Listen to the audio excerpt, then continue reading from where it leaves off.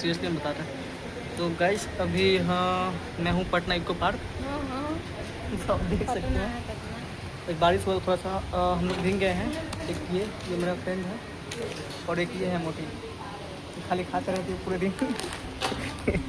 अब ये कुरकुरे का पैकेट लेकर बैठी है, दिखाओ आपको। देखो ये कुरकुरे का पैकेट लेकर बैठी है ना, खाने के चक्कर में पानी बहुत पूरे दिन खाते रही है, खटकते रही है। तो अभी मैं और मेरा दोस्त कुछ नहीं खाया, लेकिन एंजॉय पूरा कर रहा।